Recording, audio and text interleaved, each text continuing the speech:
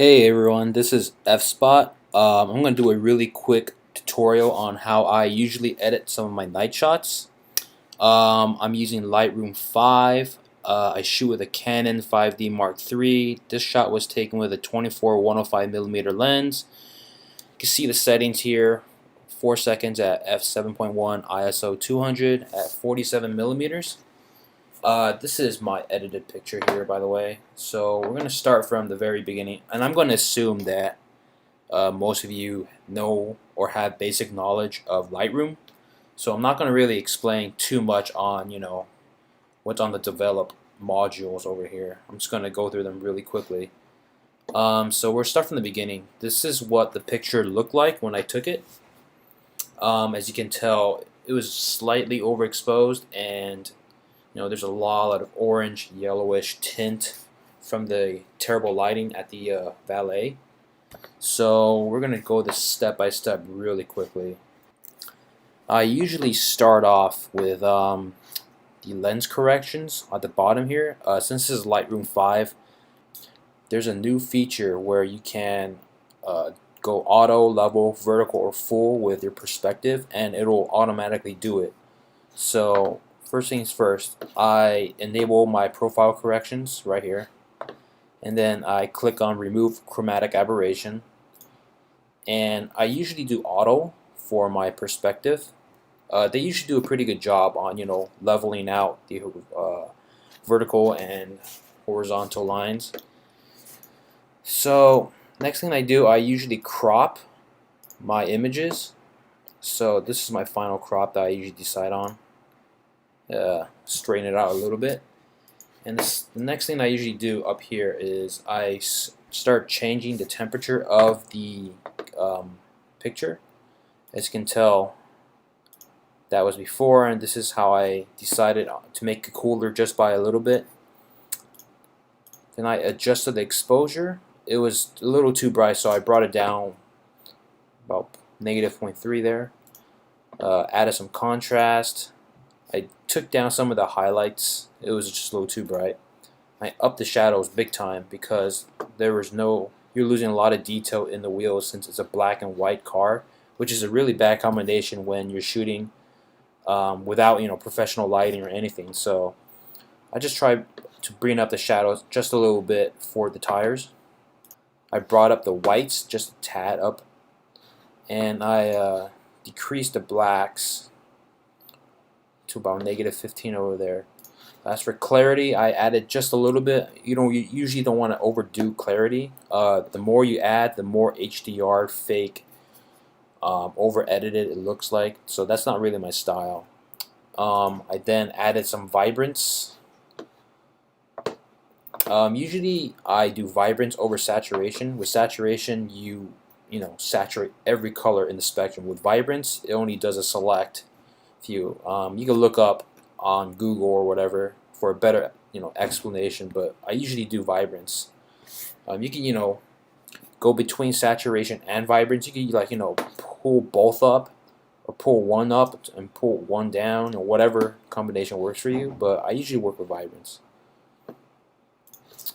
So the second step here is I noticed there's a lot of orange and yellows that I didn't particularly like, especially orange. So I brought down some of the blues and oranges in saturation in the HSL module over here. Then I start working with the tone curves over here. You see there's highlights, lights, darks, and shadows.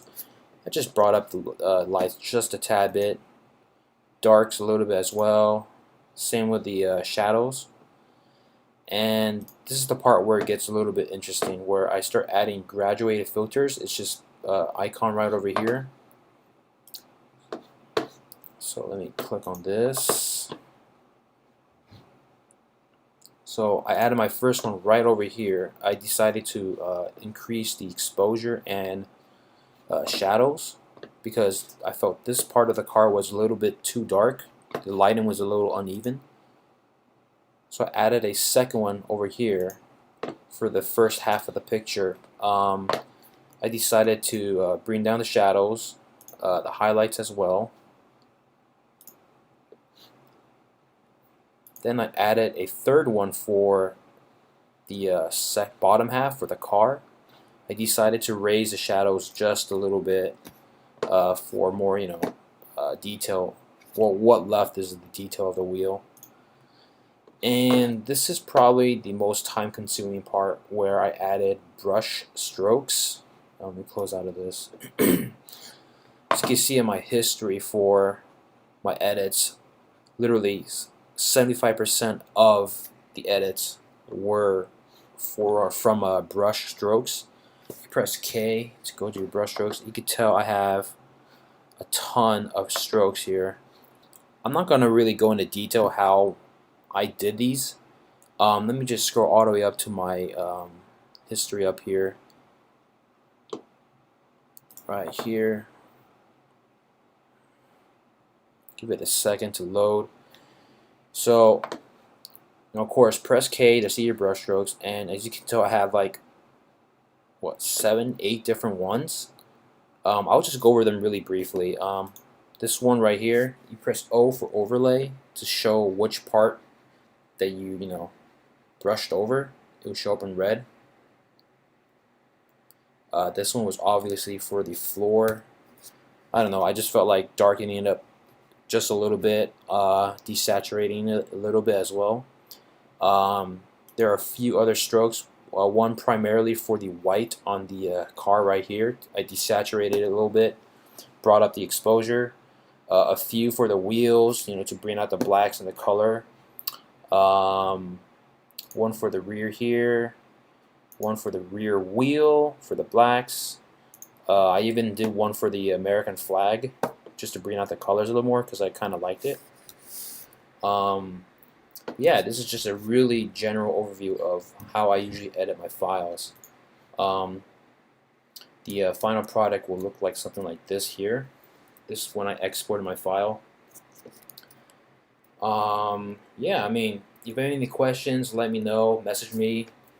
If you disagree with something that I, do, let me know. Let me know what your opinions are. I don't really do this professionally. I just do it for fun. So, one more thing I actually forgot. Sharpening or details. I usually try not to over sharpen the radius, the detail, the masking, and the amount. The more you do, the more it just doesn't look right. It just looks kind of unnatural. You don't want to overdo things. At least that's what I think, unless you're going for that really crazy HDR, super high, clarity look. But I usually try to get my sharpening just right. So if you can see it before, if you press backspace, this is what the original image looked like. Press it again, and that's what it looks like after the edits. You can also press Y for a before and after. Let's bring these before and after. So I don't know, that's just my style of editing. I just try to make it as realistic as possible, try to stay true to the colors. I don't really do any crazy Photoshop edits, but yeah, let me know what you guys think, and thanks for watching.